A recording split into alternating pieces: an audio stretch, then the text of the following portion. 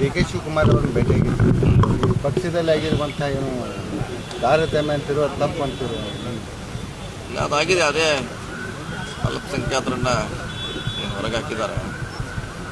So ಅದು ಆಗಬಾರ್ದು ಅಂತ ಭಾಳ ಅವ್ರ ಸಮುದಾಯದ ಭಾಳಷ್ಟು ಮುಖಂಡರು ಎಲ್ಲರದು ಅಭಿಪ್ರಾಯ ಇತ್ತು.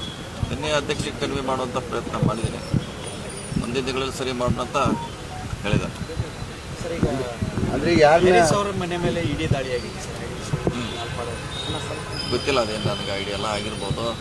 ನೋಡಿ, ಕಾನೂನು ದೃಷ್ಟಿಯಿಂದ ಹೋರಾಟ ಮಾಡೋದಕ್ಕಷ್ಟೇ, ಬೇರೆ ದಾರಿ ಇಲ್ಲ. ಅದಕ್ಕೆ ಕಾನೂನು ಮುಂದೆ ಅದಕ್ಕೆ ಪರಿಹಾರ. ಸರಿ, ಆಗಿರುವಂಥ ತಪ್ಪು ಸರಿ ಆಗ್ತದೆ ಅಂತಾರೆ. ಏನು ಭರವಸೆ ಕೊಟ್ಟಿದೆ ಸರ್? ಮಾಡಬೇಕು. ಹಿಂದೆ ಸಾಕಷ್ಟು ಜನ ಹೊರಗೆ ಹಾಕಿದ್ರೆ ವಾಪಸ್ ತೊಗೊಂಡಿಲ್ಲ, ಏನಿಲ್ಲ ತೊಗೊಂಡಿಲ್ಲ. ಅದೇನು ಪರ್ಮನೆಂಟ್ ಏನಲ್ಲ. ಹಿಂದೆ ಸಾಕಷ್ಟು ಜನ ಆಗಿದೆ, ಆ್ಯಕ್ಷನ್ ತೊಗೊಂಡಾರ, ಶಿಸ್ತು ಕ್ರಮ ಆಗಿದೆ. ಸೊ ಮತ್ತೆ ಅವ್ನು ವಾಪಸ್ ತೊಗೊಂಡಿದ್ವಿ. ಇದೇ ಅದೇ ರೂಢಿಯನ್ನು ಅಥವಾ ಚಾಲ್ತಿಯನ್ನು ಇವ್ರಿಗೆ ಅಪ್ಲೈ ಮಾಡೋಣ.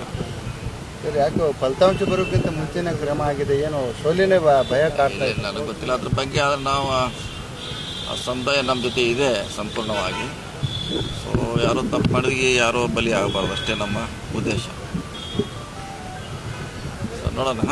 ಓಕೆ.